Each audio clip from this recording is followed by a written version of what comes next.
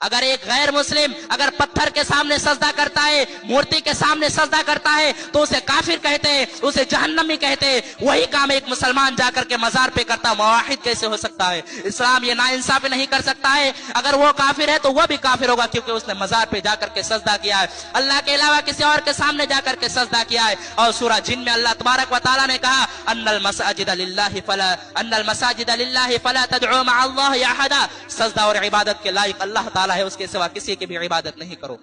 تو یہ پہلا حق اللہ نے اپنا بیان کیا کہ شرک نہیں کرنا ہے۔ وَعَبُدُ اللَّهَ، اللہ کی عبادت کرو، وَلَا تُشْرِكُوا بِهِ شَيْئًا، اس کے ساتھ کسی کو شریک نہ کرو۔ یہ پیشانی جھکے تو اللہ کے سامنے جھکے، یہ ہاتھ اگر اٹھے تو اللہ کے سامنے اٹھے، اگر یہ زبان پر کوئی کلمہ اگر ظاہر ہو تو رب کا نام ظاہر ہو، اس کے علاوہ یا خواجہ غریب نواز یا مشکل کشا یہ کچھ زبان میں نہیں آنا چاہیے۔ سب سے پہلا حق اللہ نے اپنا بیان کیا کہ شرک نہ کرو۔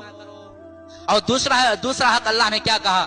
وَبِالْوَالِدَيْنِ إِحْسَانًا، اور اپنے ماں باپ کے ساتھ اچھا سلوک کرو۔ کتنے اولاد ایسے ہیں، ماں بوڑھی ہو گئی ہے، باپ بوڑھا ہو گیا ہے، باپ کو دواؤں کی ضرورت ہے، ماں کو چھوٹی چھوٹی چیزوں کی ضرورت ہے، جوان بیٹا گھر میں سو کر کے اسے ماں باپ کی کوئی فکر ہی نہیں ہے۔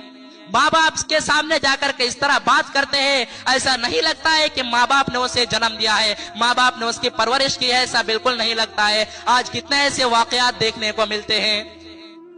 اگر ایک غیر مسلم اگر پتھر کے سامنے سجدہ کرتا ہے، مورتی کے سامنے سجدہ کرتا ہے تو اسے کافر کہتے ہیں، اسے جہنمی کہتے ہیں۔ وہی کام ایک مسلمان جا کر کے مزار پہ کرتا، موحد کیسے ہو سکتا ہے؟ اسلام یہ ناانصافی نہیں کر سکتا ہے۔ اگر وہ کافر ہے تو